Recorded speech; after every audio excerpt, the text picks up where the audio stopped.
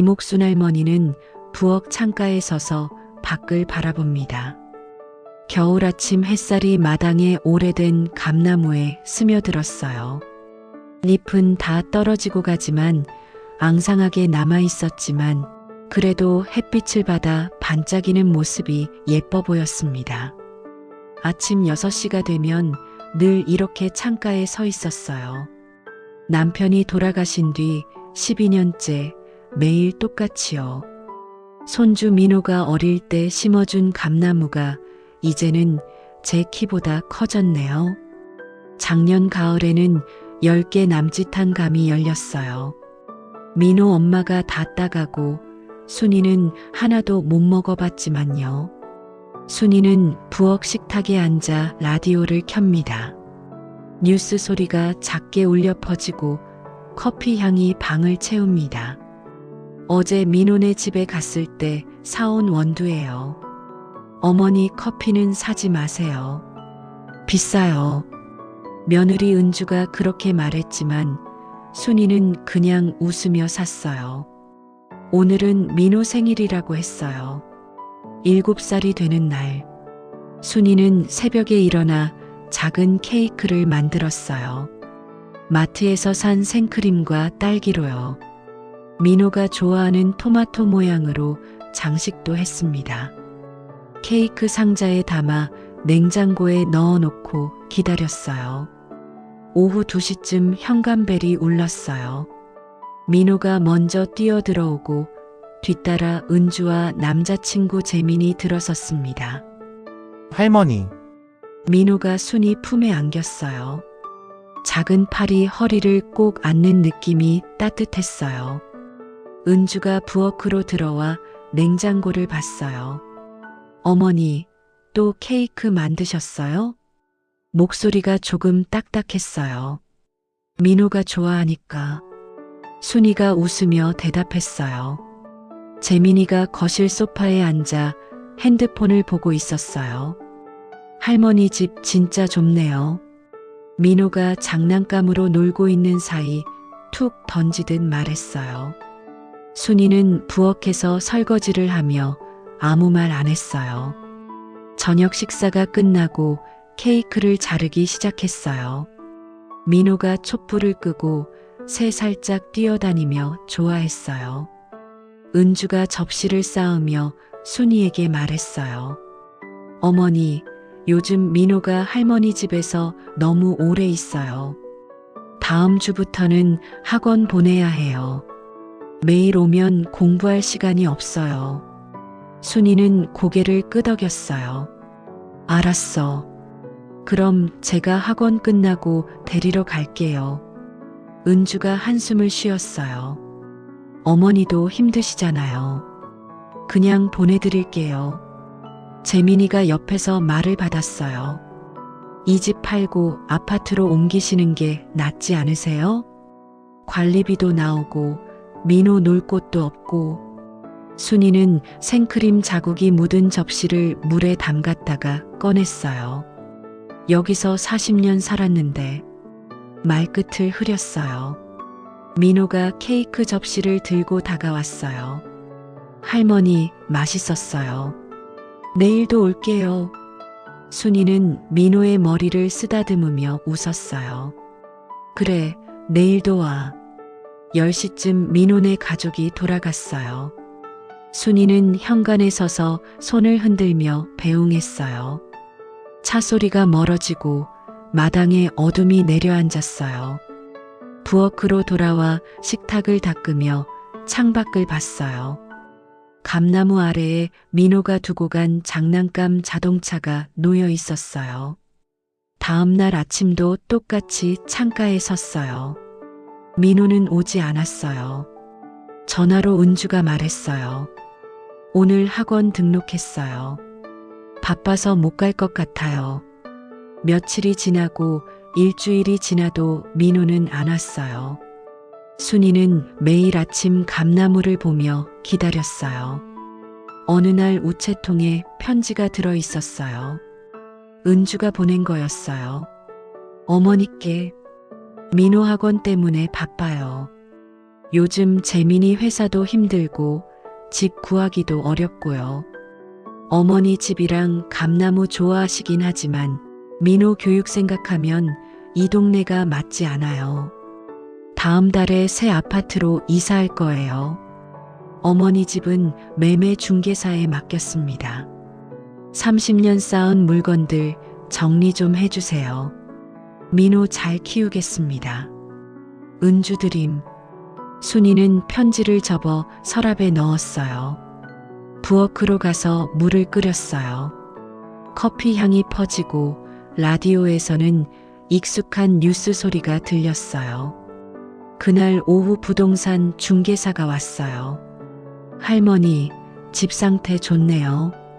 빠르게 나갈 것 같아요. 순이는 마당의 감나무를 가리키며 말했어요. 이 나무는 뽑지 말아주세요.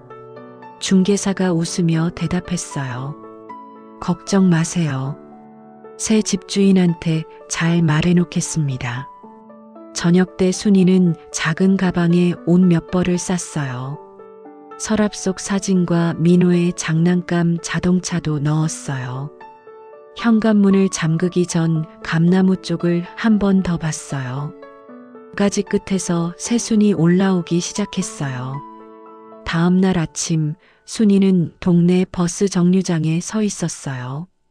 어깨에 가방을 메고 손에는 커피통을 들고요. 버스가 도착했고 순이는 천천히 올라탔어요.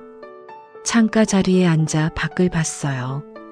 오래된 집과 감나무가 점점 멀어져 갔어요. 버스는 시 외곽으로 향하고 있었어요. 창밖으로 보이는 풍경은 점점 달라졌어요. 도심의 빌딩이 사라지고 논과 밭이 펼쳐졌어요. 순이는 가방을 무릎 위에 올려놓고 사진을 꺼냈어요. 민호가 웃는 얼굴을 손끝으로 만졌어요. 버스는 1시간 반쯤 달려 시골 터미널에 도착했어요. 순이는 천천히 내려 가방을 들고 터미널 벤치에 앉았습니다. 주변은 낯설었어요. 시멘트 바닥에 먼지가 쌓여 있고 간판들은 바랜색으로 빛바랬어요. 옆자리에서 담배 피우는 아저씨가 지나가는 트럭을 보며 뭐라고 혼잣말을 했어요. 순이는 가방에서 지도를 꺼냈어요. 은주가 편지와 함께 넣어준 종이였어요. 여기서 32번 마을버스 타세요. 종점에서 내려 5분 걸어가면 돼요. 손글씨는 성실했지만 글씨 끝이 조금 떨렸어요. 32번 버스가 도착할 때까지 2시간쯤 기다렸어요. 터미널 한 구석에서 파는 어묵 국물을 한 잔 사 마셨어요. 뜨거운 김이 얼굴을 스쳤고 플라스틱 그릇에서 김이 피어올랐어요. 돈은 정확히 1,000원짜리 동전으로 냈어요. 마을버스는 덜컹거리며 좁은 길을 올라갔어요. 창밖으로 논이 끝없이 펼쳐져 있었고 멀리 산자락이 보였습니다. 종점에 도착하자 버스 기사가 말했어요. 할머니, 여기서 내리세요. 앞으로 쭉 걸어가면 돼요. 순이는 고맙다는 인사를 하고 내렸어요. 걸어서 10분쯤 됐을까요? 작은 마을 어귀에 낡은 2층 건물이 보였어요. 간판은 없었고 문 앞에 공양간이라고 써진 종이가 붙어 있었어요. 순이는 문을 열고 들어갔습니다. 안에는 5명쯤의 노인들이 식탁에 앉아 밥을 먹고 있었어요. 관리인 영감이 다가와 순이를 맞았어요. 김옥순 어르신 맞으세요? 이리로 오세요. 방 하나를 안내해 주었어요. 6평 남짓한 방에 얇은 이불 하나와 작은 옷장이 있었어요. 창문은 작았고 바깥으로 논밭이 보였습니다. 여기 월 80만 원이에요. 식사 세끼는 포함이고요. 영감이 서류를 내밀었어요. 순이는 가방에서 봉투를 꺼내 통장과 돈을 꺼냈어요. 첫 달치 80만 원을 건네고 서류에 이름을 썼어요. 손끝이 조금 차가웠어요.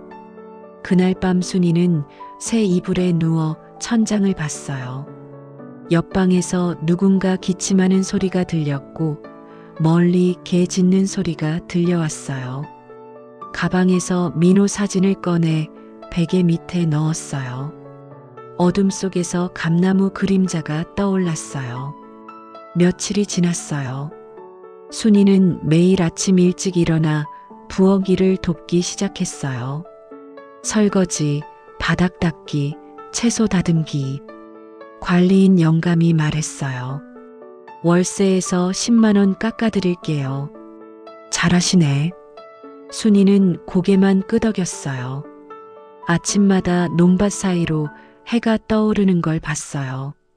도심에서는 볼 수 없던 커다란 해였어요. 노인들 사이에서 순이는 제일 말이 적은 사람이 됐어요. 식사 시간에 누가 말을 걸어도 미소만 지었어요. 한 달이 지나고 두 달이 지났어요. 어느 날 우체통에 엽서 한 장이 와 있었어요. 민호가 그린 그림이었어요. 집 앞 감나무와 케이크를 그린 그림. 뒷면에 은주글씨로 적혀 있었어요. 민호가 그리라고 했어요. 잘 지내세요. 순이는 엽서를 책상 위에 올려놓았어요. 작은 책상 서랍에 있던 연필로 민호 얼굴을 한 번 더 그려봤어요. 손이 조금 떨렸지만 미소는 잘 그려졌어요. 그의 여름이 왔어요. 논밭이 초록으로 물들고 창문으로 풀냄새가 들어왔어요. 순이는 마당에 앉아 옷을 말리며 라디오를 들었어요. 뉴스에서 서울 아파트 값이 올랐다고 했어요. 순이는 라디오 볼륨을 낮추고 물을 부어주던 화분을 봤어요. 가을이 되자 관리인 영감이 마을회관에 데려갔어요. 할머니들 모여서 송편 싸는데 같이 가요. 순이는 처음으로 다른 노인들과 함께 웃으며 송편을 빚었어요. 떡메밀이 입안에 가득 찼고 따뜻함이 목을 타고 내려갔어요. 겨울이 다시 왔어요. 첫눈이 내리던 날 전화가 왔어요. 은주 목소리였어요. 어머니, 민호가 감기 걸려서 병원 갔어요. 다행히 괜찮아요. 잘 지내세요. 순이는 그래, 조심해라고 대답했어요. 전화를 끊고 창밖을 봤어요. 논 위에 하얀 눈이 소복이 쌓여 있었어요. 1년이 지났어요. 순이는 공양간에서 제일 오래된 사람 중 하나가 됐어요. 새로 들어온 할머니들과 이야기를 나누며 웃음소리도 늘었어요. 부엌에서 칼질하는 손놀림도 빨라졌어요. 어느 날 오후 우체국 직원이 찾아왔어요. 김옥순 어르신, 등기물품이에요. 상자 안에는 작은 케이크가 들어 있었어요. 민호 생일 케이크와 똑같은 딸기 생크림 케이크. 상자 속 쪽지에는 이렇게 쓰여 있었어요. 할머니 생일 축하해요. 민호 드림. 순이는 케이크를 조심스럽게 꺼내 식탁에 올려놓았어요. 공양간 할머니들을 불러 모았어요. 같이 드세요. 손주가 보내준 거예요. 작은 조각으로 8등분했어요. 모두들 민호 그림 엽서를 보며 미소를 지었어요. 그날 밤 순이는 창가에 앉아 케이크 접시를 닦았어요.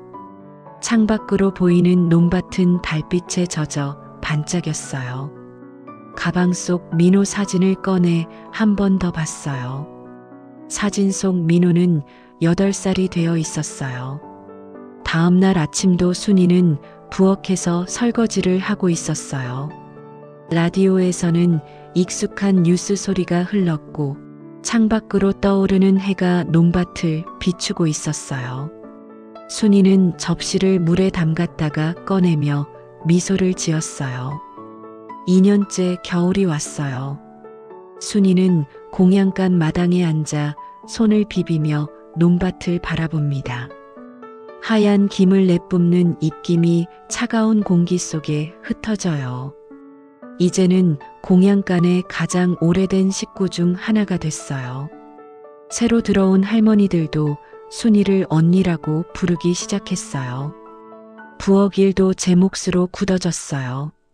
아침마다 쌀 씻고 채소 다듬고 점심 메뉴에 따라 생선 손질도 해요. 관리인 영감은 이제 월세 50만 원으로 줄여줬어요. 순이 없으면 부엌이 못 돌아가요. 순이는 웃으며 그냥 하는 거예요 라고만 대답해요. 어느 추운 아침 우체통에 두꺼운 봉투가 들어 있었어요. 봉투 앞면에 민호 이름이 적혀 있었어요. 안에는 학생증 사진과 긴 편지가 들어 있었어요. 할머니, 이제 9살이에요. 새 학교 다녀요. 수학 100점 받았어요. 할머니 케이크 생각나요. 편지 끝에는 은주 글씨로 덧붙여져 있었어요. 새 아파트로 이사했어요. 집 팔린 돈으로 대출 갚았어요. 민호가 자주 할머니 얘기해요. 잘 지내세요. 순이는 편지를 접어 책상 서랍에 넣었어요. 학생증 사진만 꺼내 벽에 붙였어요. 그날 저녁 공양간 식구들과 송년회 했어요. 마을회관에서 모여 떡국 먹고 누군가 가져온 과일 나눠 먹었어요. 순이는 민호 사진을 보여주며 말했어요. 내 손주야. 9살 됐어. 할머니들이 참 예쁘네 하며 웃었어요. 봄이 왔어요. 논에 모가 나기 시작하고 공양간 마당에 이름 모를 꽃들이 피어났어요. 순이는 꽃병에 꽃을 꺾어 방에 꽂았어요. 민호 엽서 옆에 놓인 꽃병이 방 안을 조금 밝혀줬어요. 어느 날 오후 관리인 영감이 순이를 불렀어요. 순이, 서울에서 손님 왔대요. 순이는 앞치마를 벗으며 물었어요. 민호? 영감이 고개를 끄덕였어요. 마당에 서 있는 건 은주와 민호였어요. 민호는 2살이나 더 커져 있었고 교복을 입고 있었어요. 은주가 먼저 말했어요. 어머니, 민호가 학교 발표 때문에 왔어요. 민호가 가방에서 종이를 꺼냈어요. 할머니 인생 발표예요. 할머니 허락해 주세요. 순이는 민호를 안아주며 물었어요. 내가 무슨 인생이야? 민호가 웃으며 말했어요. 할머니가 제일 대단한 인생이요. 학교에서 1등 할 거예요. 은주가 조용히 말했어요. 어머니 집 팔아서 대출 갚고 새로 시작했어요. 민호 학원비도 내고 재민이 회사도 안정됐어요. 늦어서 죄송해요. 순이는 고개를 저었어요. 잘 됐구나. 민호가 공양간 구석구석 보여달라고 했어요. 순이는 부엌과 방과 마당을 다 보여줬어요. 꽃병 앞에서 민호가 사진을 찍었어요.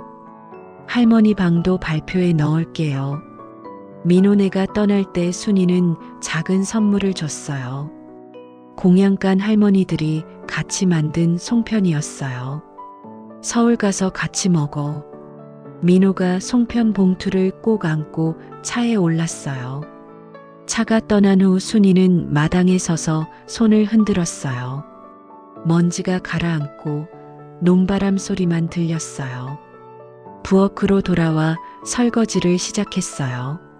민호가 만져본 그릇들이 물에 잠겨 있었어요.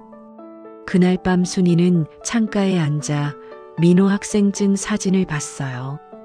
9살이 된 민호의 얼굴은 더 또렷해졌어요. 창밖으로 별들이 하나둘 떠오르고 있었어요. 며칠 뒤 학교 발표가 끝났다는 전화가 왔어요. 민호 목소리였어요. 할머니, 발표 1등 했어요. 전부 할머니 얘기했어요. 순이는 웃으며 말했어요. 잘했네. 공부 열심히 해. 4년이 더 지났어요. 순이는 이제 공양간의 부엌 총괄이 됐어요. 새로 들어온 분들에게 칼질법과 채소 손질법을 가르쳐요.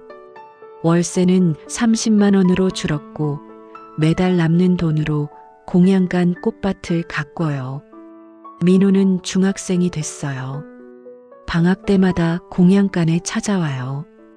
할머니, 이번 방학은 일주일 있어도 돼요? 순이는 민호의 짐을 받아주며 말해요. 계속 있어도 돼. 민호는 공양간 할머니들과 송편도 빚고 논밭도 돌아다녀요. 부엌에서 순이 옆에 앉아 채소를 다듬으며 학교 얘기를 해요. 할머니 덕분에 인생 발표할 때마다 1등이에요. 은주도 가끔 찾아와요. 어머니, 민호가 할머니 없으면 못 살겠대요. 순이는 웃으며 말해요. 민호가 있어서 내가 사는 거지.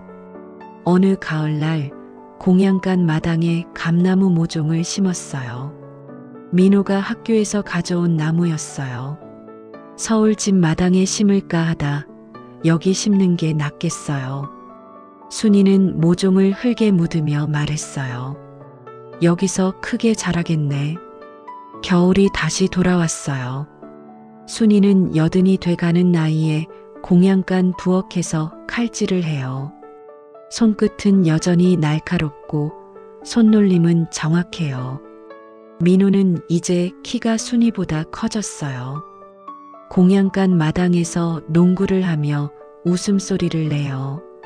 아침이면 순이는 창가에 서서 해가 떠오르는 걸 봐요. 논밭 너머로 커다란 해가 떠오르고 마당의 감나무 모종은 겨울을 견디며 뿌리를 내리고 있어요. 순이는 부엌으로 걸어가 물을 끓여요. 익숙한 커피 향이 방 안을 채우고 라디오에서는 오늘도 조용한 뉴스 소리가 흘러요. 민호가 부엌으로 들어와 물 한 잔을 받아 마셔요. 할머니, 오늘도 일찍 일어나셨어요?